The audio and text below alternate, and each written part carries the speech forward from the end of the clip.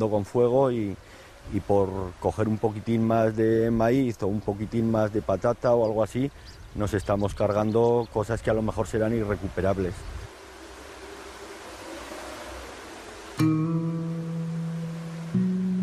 En teoría, si el maíz modificado genéticamente está rodeado de unas bandas protectoras y separado 50 metros del resto de los maizales, no puede contaminarlos.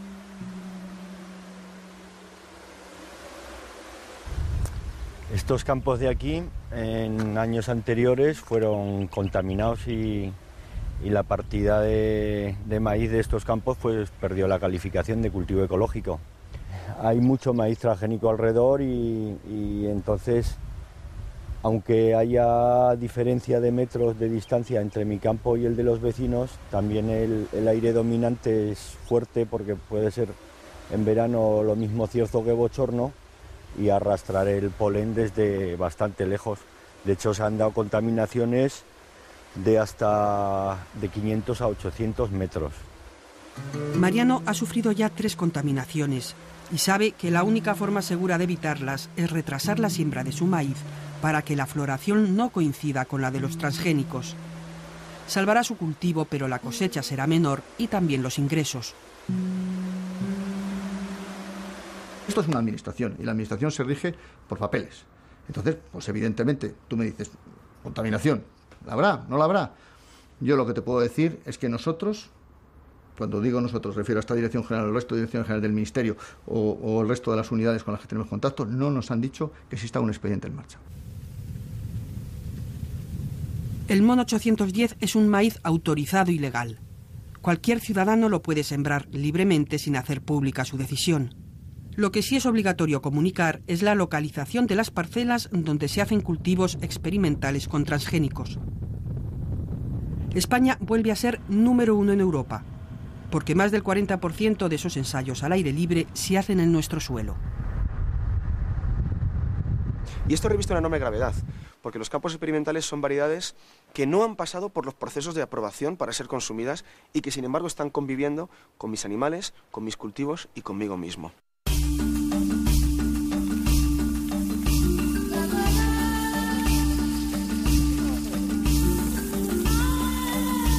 La realidad es que hay nuevas tecnologías que van a aportar grandes beneficios a la agricultura y al medio ambiente. Por ejemplo, los cultivos tolerantes a la sequía. Van a permitir ocupar zonas que hoy en día no pueden ser ocupadas por determinados cultivos y en un futuro van a permitir también reducir el agua de riego.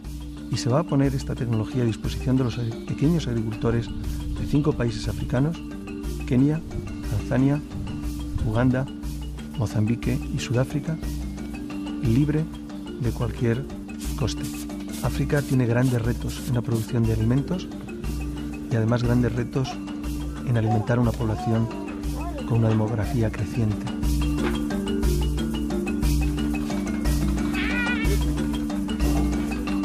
Cuando nosotros vemos una gran ciudad de un país pobre, está rodeado de favelas, de chabolas, de unas zonas marginales. La mayoría, una gran parte, son campesinos arruinados. Lo único que ocurrió es que cambiaron sus tecnologías, o les invitamos desde los países ricos a cambiar sus tecnologías. ¿Qué es cambiar sus tecnologías? Utiliza esta nueva semilla de alto potencial productivo, utiliza estos fertilizantes, utiliza estos fitosanitarios. Cuando esa tecnología no la pueden pagar, tienen que abandonar sus tierras.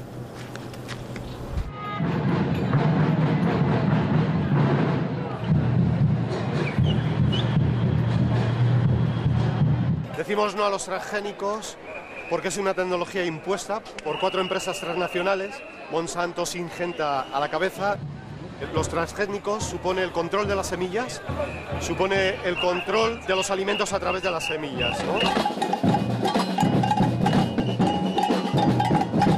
Si a través de los transgénicos se contaminan las semillas de las variedades locales, no vamos a poder ser capaces de producir nuestros propios alimentos y vamos a tener que consumir lo que nos obliguen a consumir, con todo lo que lleva a nivel de tóxicos y de antibióticos y de pesticidas y de químicos, ¿no? Nosotros estamos hablando de libertad, estamos hablando de posibilidades de elegir, y el maíz transgénico no nos permite a nosotros elegir nuestra propia forma de entender la agricultura. La cosecha del 2000 se contaminó y no pudimos venderla. Desde entonces he renunciado a tener maíz porque no confío en que seamos capaces de sacar una cosecha sin contaminación.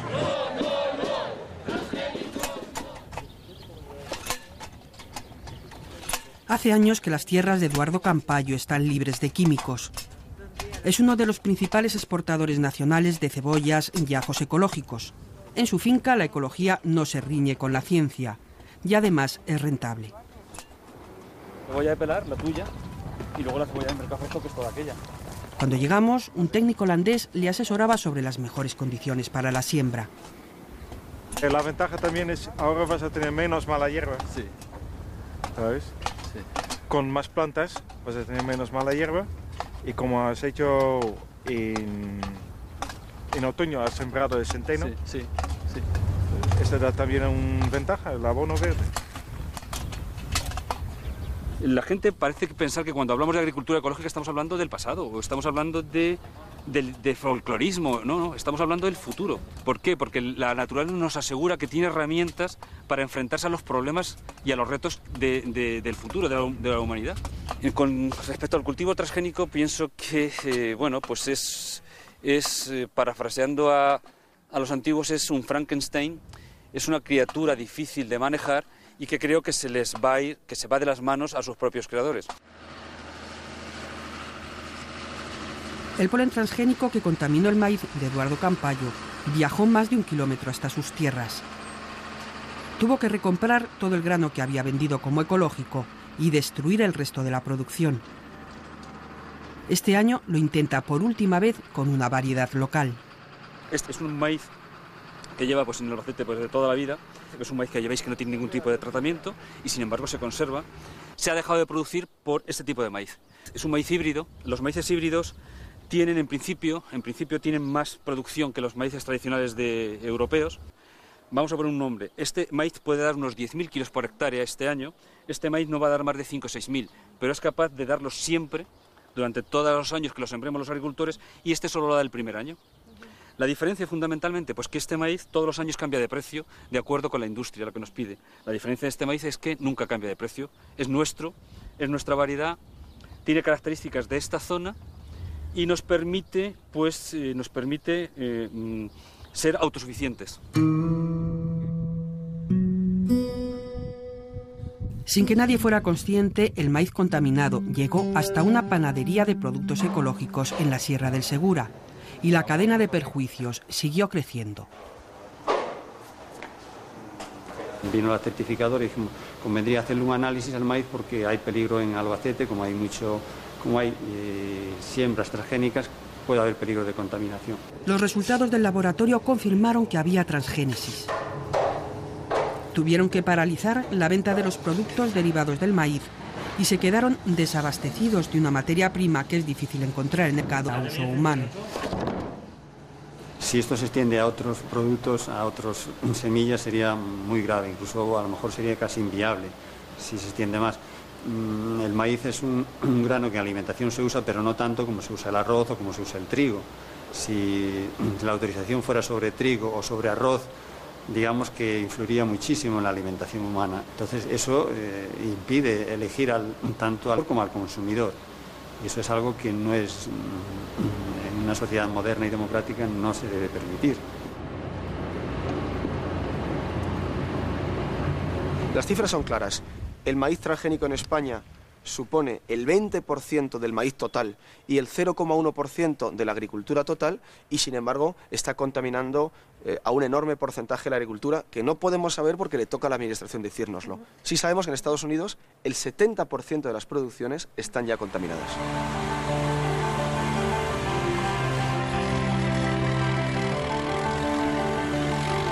La soja transgénica avanza imparable en las tierras de cultivo americanas. rocían el campo con glifosato, el principio activo del herbicida más vendido del mundo bajo la marca Roundup de la multinacional Monsanto. Todas las plantas y hierbas de estos campos morirán, salvo las que han sido modificadas genéticamente para tolerar este potente agroquímico. La misma compañía que comercializa el herbicida tiene la patente sobre las plantas resistentes al herbicida. Un negocio perfecto para las empresas de biotecnología que se presentan como aliados indiscutibles del medio ambiente.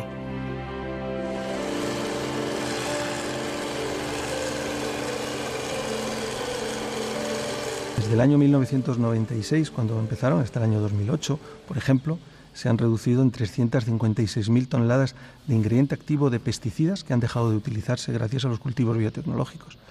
Se han dejado de consumir 1.800 millones de litros de combustible por menores actividades de mecanización agrícola en el campo. Se han reducido las emisiones de CO2, por lo tanto, los cultivos biotecnológicos aportan claros beneficios al medio ambiente. A esta argumentación le falta una pregunta.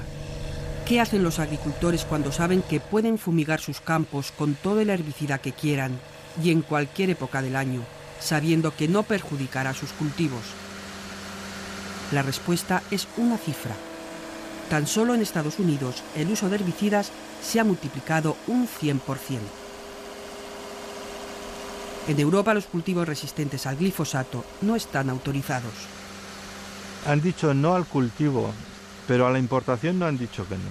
Vamos a ver, lo que tenemos que tener en cuenta es que en España todos los animales están comiendo transgénicos, porque la fuente fundamental que utilizamos en España para proporcionar proteína a nuestros alimentos, a nuestros animales, es la soja. Y la soja la traemos de Estados Unidos, de Brasil y de Argentina. Cualquier fabricante español de piensos lo sabe. La soja transgénica ha sustituido a las harinas animales después del escándalo de las vacas locas. Los transgénicos a gran escala, donde de verdad se encuentra el negocio, han entrado en España por la puerta de atrás. No son para consumo humano, pero los comen los animales que comemos. Los podemos comprar fuera de Europa, pero no los pueden cultivar nuestros agricultores. El 100% prácticamente de los piensos que se hacen en España y en la Unión Europea y en el mundo mundial son, legalmente hablando, transgénicos. Porque un pienso es transgénico si tiene más de un porcentaje minúsculo, hablamos de un 0,9% de presencia de una materia prima transgénica. Ya solo con la soja tenemos como poco el 20%.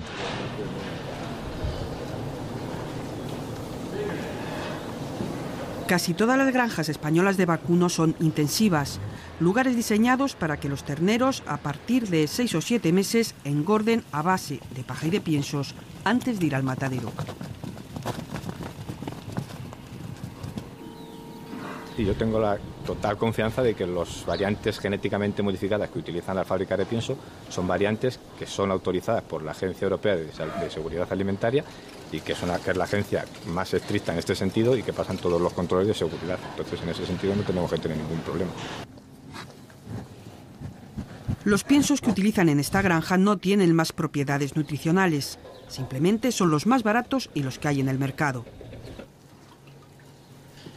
Pero la verdad es que si España prohibiera su importación, habría una crisis muy parecida a la que vivimos el verano pasado. Toneladas de soja y de maíz procedentes de Estados Unidos quedaron retenidas en puerto. Tenían trazas de un evento transgénico al que le faltaba una última autorización para entrar en suelo europeo. Desde el punto de vista nuestro de alimentación de la ganadería fue catastrófico, porque ya no era simplemente que nos costara más caro, es que estuvimos a punto de tener que decir al consumidor, lo siento, voy a tener que matar a todos los cerdos, a todas las vacas porque no puedo alimentarles. Afortunadamente se solucionó y se solucionó en extremis.